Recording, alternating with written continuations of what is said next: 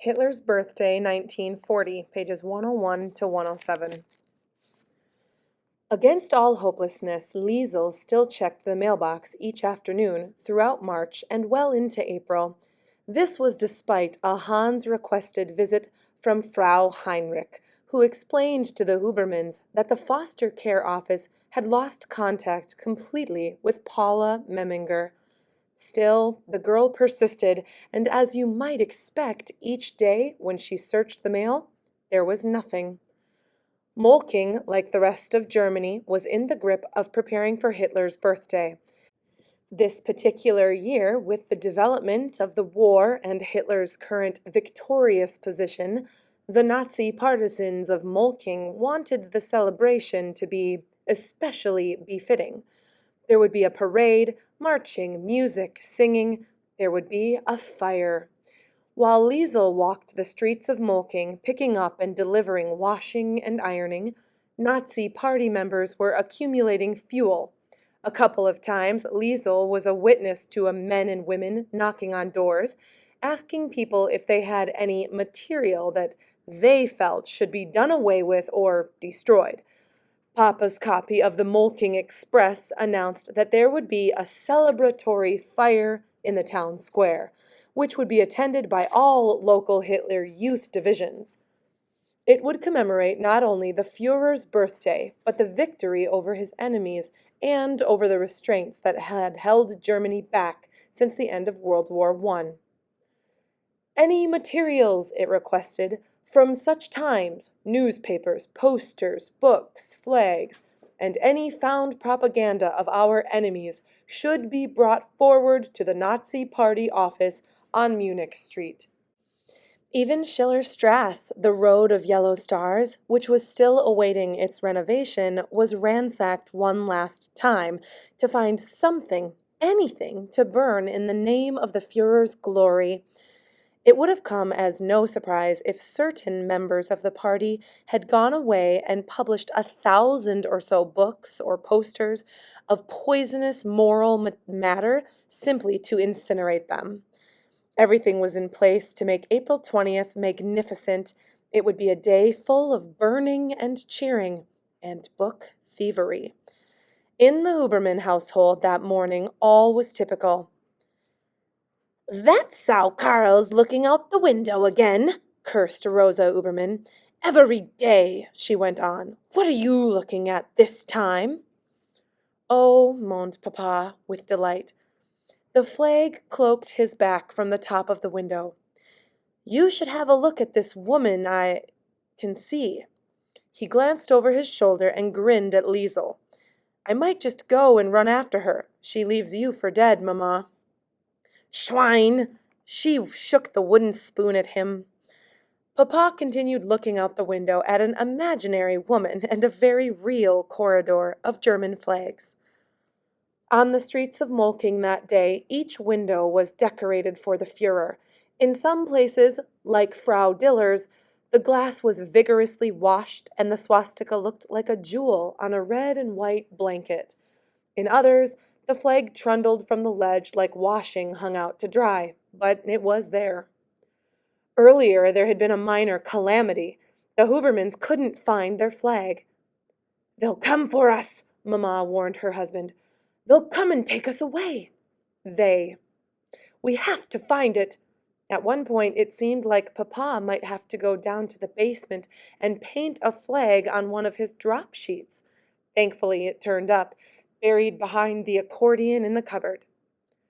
"That infernal accordion! It was blocking my view," Mamma swiveled. "Liesel!" The girl had the honor of pinning the flag to the window frame. Hans Jr. and Trudy came home for the afternoon eating, like they did at Christmas or Easter. Now seems like a good a time to introduce them a little more comprehensively. Hans Jr. had the eyes of his father and the height. The silver in his eyes, however, wasn't warm like Papa's. They'd been Führered.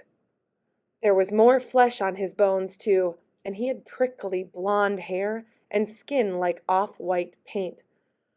Trudy, or Trudel, as she was often known, was only a few inches taller than Mamma. She had cloned Rosa Uberman's unfortunate, waddlesome walking style, but the rest of her was much milder.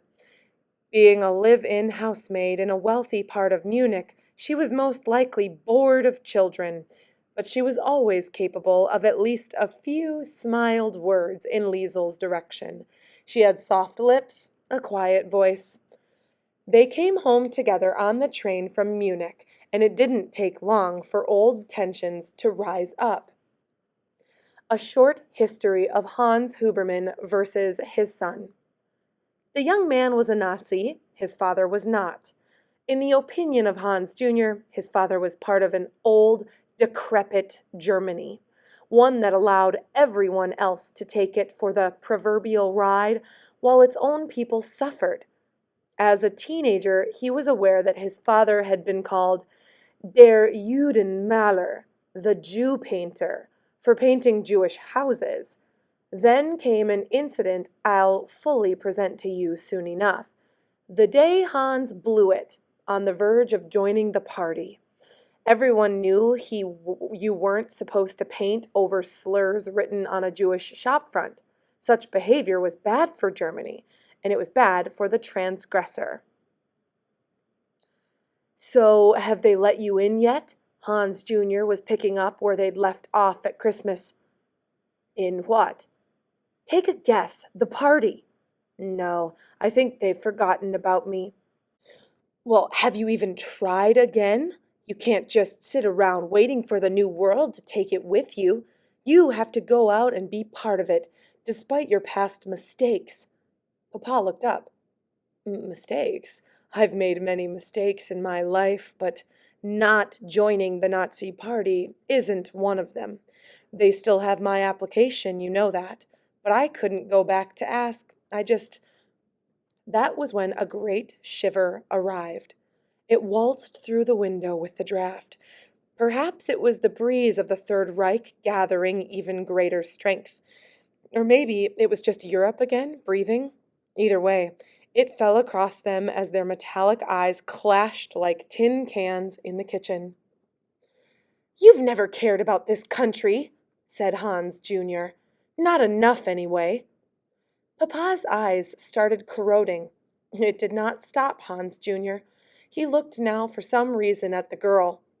With her 3 books standing upright on the table, as if in conversation, Liesel was silently mouthing the words as she read from one of them. "And what trash is this girl reading?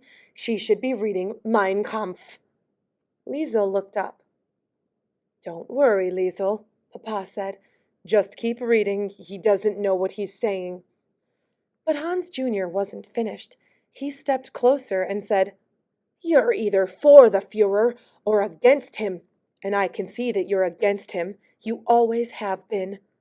Liesel watched Hans Jr. in the face, fixated on the thinness of his lips and the rocky line of his bottom teeth.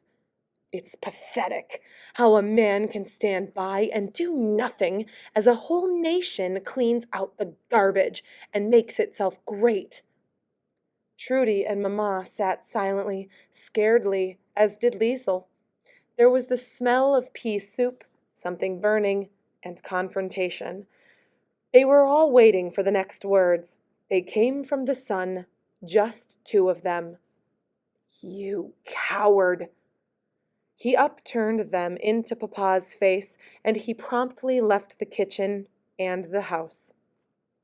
Ignoring futility, Papa walked to the doorway and called out to his son, "Coward! I'm the coward!" He then rushed to the gate and ran pleadingly after him. Mamma hurried to the window, ripped away the flag, and opened it.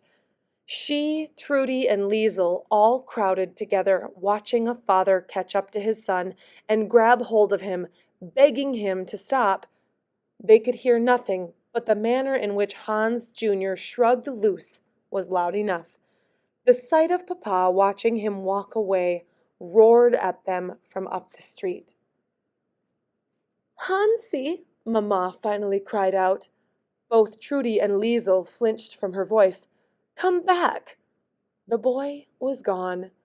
Yes, the boy was gone, And I wish I could tell you that everything worked out for the younger Hans Huberman, but it didn't. When he vanished from Himmel Street that day in the name of the Führer, he would hurtle through the events of another story, each step leading tragically to Russia, to Stalingrad. Some facts about Stalingrad. 1. In 1942 and early 43, in that city, the sky was bleached bedsheet white each morning. 2. All day long, as I carried the souls across it, that sheet was splashed with blood until it was full and bulging to the earth. 3. In the evening, it would be wrung out and bleached again, ready for the next dawn. 4. And that was when the fighting was only during the day. With his son gone, Hans Huberman stood for a few moments longer. The street looked so big. When he reappeared inside, Mamma fixed her gaze on him, but no words were exchanged. She didn't admonish him at all, which, as you know, was highly unusual. Perhaps she decided as he was injured enough, having been labeled a coward by his only son. For a while he remained silently at the table after the eating was finished. Was he really a coward, as his son had so brutally pointed out? Certainly in World War I he considered himself one. He attributed his survival to it. But then, is there cowardice in the acknowledgement of fear? Is there cowardice in being glad that you lived? His thoughts crisscrossed the table as he stared into it. "Papa," Liesel asked, but he did not look at her. What was he talking about? What did he mean when— "Nothing," Papa answered. He spoke quiet and calm to the table. "It's nothing. Forget about it, Liesel." It took perhaps a minute for him to speak again. "Shouldn't you be getting ready?" He looked at her this time. "Don't you have a bonfire to go to?" "Yes, Papa." The book thief went and changed into her Hitler Youth uniform, and half an hour later they left, walking to the BDM headquarters. From there, the children would be taken to the town square in their groups. Speeches would be made, a fire would be lit, a book would be stolen.